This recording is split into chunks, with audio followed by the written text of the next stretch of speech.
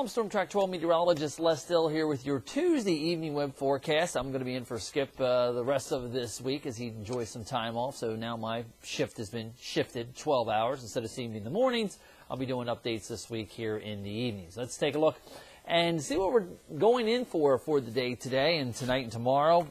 We are actually in the middle of the shortest duration of daylight in the year. Now, it is a little bit of a misconception that, quote, the shortest day of the year occurs when we officially enter into winter, usually December 21st. That is a misnomer.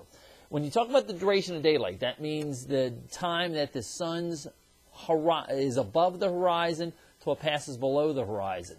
It's actually about a 12-day period, starting December 16th through about December 26th or 27th, that we actually have the exact same amount of daylight, 9 hours and 48 minutes. So it doesn't matter any of those days, all of them have 9 hours and 48 minutes. And then we increase that from here, vice versa, when during the summertime, you talk about the longest day of the year, it's not June 21st when we enter into summer. In fact, if you want to get technical, the shortest day of the year would be the day we spring ahead on the daylight saving time, where it only has 23 hours. But again, shortest duration of daylight is what we're experiencing right now. We are in the midst of it. And positive side is we're going to see a lot of it as we go on through the next couple days here. I am tracking a rather cold start in store for us for our Wednesday morning, but we will warm up in the afternoon hours back into the 60s yet again. Strong cold front is going to be passing through the area on Thursday. Some gusty storms. Now, we're only talking about some brief downpours with this, and the front's quickly out of here. Sharp cold shot on the backside of this, but at least it sets up for a quiet weekend headed into Christmas. Colder and below normal, but again, at least the trend there is on the quiet side. So my Storm Track 12 forecast for you for this Tuesday night, clear and cold with the winds decreasing.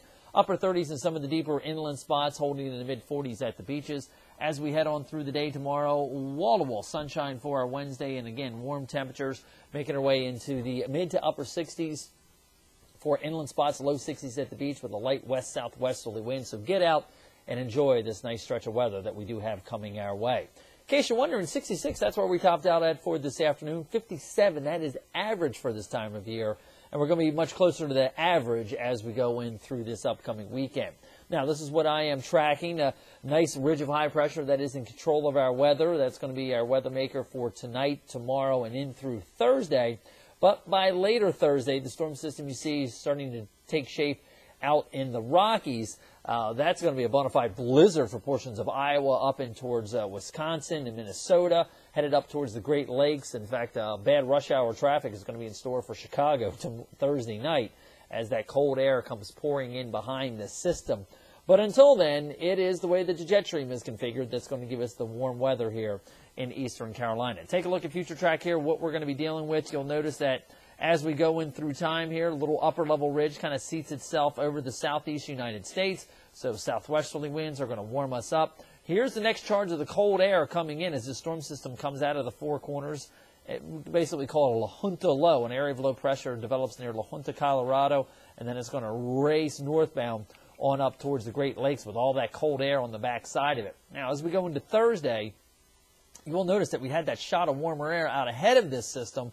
Good diffluent flow at the upper levels of the atmosphere, so that means the air is spreading out. That's why I am concerned we do have the potential for some gusty thunderstorms in here Thursday afternoon and evening. Just kind of depends on how much sunshine we see out ahead of this system, how quickly it comes through, and the timing of it coming through, with it being the shortest days of the year as far as duration of daylight is concerned. It actually fits us better for less chance of severe weather as we head on in through later on Thursday. Now, as far as the jet stream is concerned, notice by Friday, cutoff low pressure centered over the Great Lakes. Our airflow is coming right out of southern Canada where it is cold up there. And this is the weather pattern that we are going to see as we go on into the weekend, with this cutoff low slowly working off into the northern mid-Atlantic there. And eventually, by the time we hit later in the weekend, going into the first part of next week, we'll get some westerly winds to start to warm us back up in here. But you'll notice the cold air is still there, available to be tapped. And by early next week, our next storm will be making its way along that same line, coming out of the desert southwest and then headed up towards the Great Lakes. Here's what I'm talking about as far as the march of the temperatures are concerned. Notice the high temperatures for tomorrow, mid to upper 60s. We stay on the warm side at the front, potentially making a run towards 70 degrees as we go in through the day on Thursday. Then that colder air slides in on the back side of this system, and you'll notice that that cold air remains here in the east as we head on in through the next several days once we get in towards that weekend headed in towards Christmas.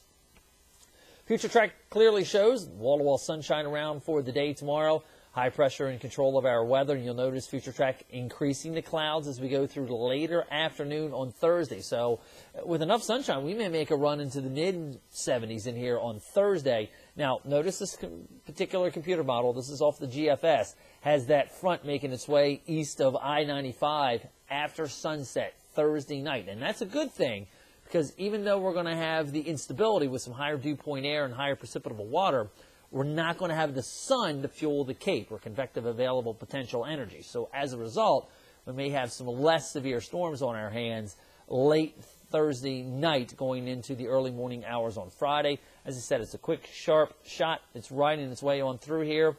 I am concerned, though. The trough's still holding tight in here as we head in through Friday with another short wave coming through. Potentially could see some scattered showers in here with partly sunny skies by late in the afternoon on Friday. So I'll put it in a slim 20% chance. And, of course, Friday is when we officially have the first arrival of winter occurring at 6:12 in the morning. The winter solstice occurs, and then there's the quiet weather and more back towards seasonal averages as we head through Friday, Saturday, and Sunday.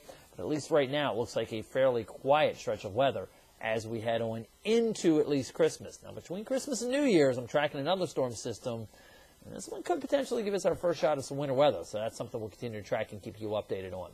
Till then, have yourself a good Tuesday and Wednesday. I'm Storm Track 12 meteorologist Les Still.